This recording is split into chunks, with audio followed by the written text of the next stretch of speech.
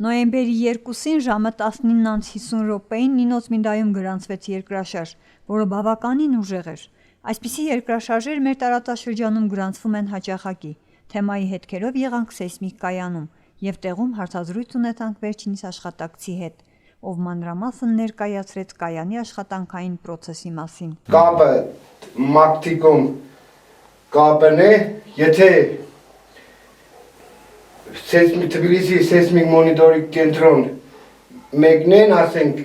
մեր տվյալները, այսինքն ոչ թե մեր տվյալները, Վրաստանում գտնվող ցանկացած սեյսմիկ կայանների տվյալները, այնտեղ էկրանի վրա ցույց է տալիս ավտոմատացված։ Դից մենք ուղարկում ենք ավտոմատացված սեյսմիկ մոնիտորինգ կենտրոն։ Սեյսմոգրաֆն է, որը տեղադրած է մայրապարի վրա, մայրապարից անմիջապես ֆիքսում է ցնցումները։ Իսկ սա արդեն համակարգիչն է, համակարգիչը միացված է էլեկտրական բատարեյով, ասենք որ արդեն հոսանքորչերն է, արդեն անմիջապես միանալ ակումուլյատորը։ Չնայած ավերվածություններ համարյա թե չեն գրանցվում, բայց այնուամենայնիվ պետք է ուշադիր լինել շենք-շինություններ կառուցելու հարցում ու իմանալ նաև երկրաշարժի ընթացքում սահմանված կանոնները։ Հայաստան-Վրաստան սահմանից 6 կիլոմետր հեռավորության վրա օջախի 15 կիլոմետր խորությունով տեղի է ունեցել 4.7 մագնիտուդ ուժգնությունով երկրաշարժ։ Երկրաշարժերը հիմնականում տեղի են ունենում օջախի 15 կիլոմետր խորությունով տարբեր տեսակի ապարներ կա, սալիկներ կա։ Սալիկների ապարների տեղաշարժով տեղի է ունենում երկրաշարժ։ Մեր Ջավախ լեռնաշխարհը հանդիսանում է 8 բալանոց երկրաշարժային գոտի։ Առայժմ չկա վթարային բան չկա։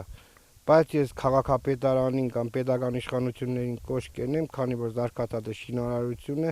ուշադրություն դարձնեն շենք շինություններին, համապատասխանեն սեյսմիկ պահանջներին համապատասխան։ Բնակիչներից շատերն են զգացել ցնցումները, բայց կան նաև այնպիսիք, ովքեր չեն զգացել։ Չնայած մեր փոքրիկ քաղաքում շատ քիչ են բազմահարկ շենքերը, բայց այնուամենայնիվ փորձեցինք լսել նրանցում բնակվողների տեսանկյունը, վախենում են արդյոք, թե ոչ։ Նինոց-Մինդայի մունիցիպալիտետում հաճախակի են լինում երկրաշարժեր, սակայն վերջին ժամանակներում կարծես թե քչացել են։ Երեկվա երկրաշարժը ճիշտն ասած մենք չենք նկատել։ Ճիշտ է, ապրում եմ երկհարկանի շենքում ու կարող եմ ասել, որ միշտ նկատում ենք, բայց այս անգամ չգիտես ինչի չնկատեցինք։ Ինձ թվում է, որ քիչ էր մագնիտուդը, դրա համար չենք նկատել։ Երևի հաշվի առնելով այն հանգամանքը, որ մենք ապրում ենք լեռնային գոտում, երկրաշարժերը մարդկանց մոտ վախ չեն առաջացնում, քանի որ չեն լինում ավերվածություններ ու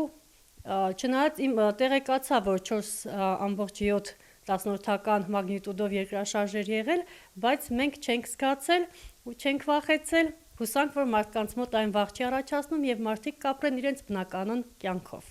Ջավախքը լեռնային գոտի է ու այստեղ երկրաշարժեր բազմիցս են գրանցվում։ Պետք չէ վախենալ ու խուճապի մատնվել, քանի որ բնական երևույթ է ու ծանոթ է բոլորիս։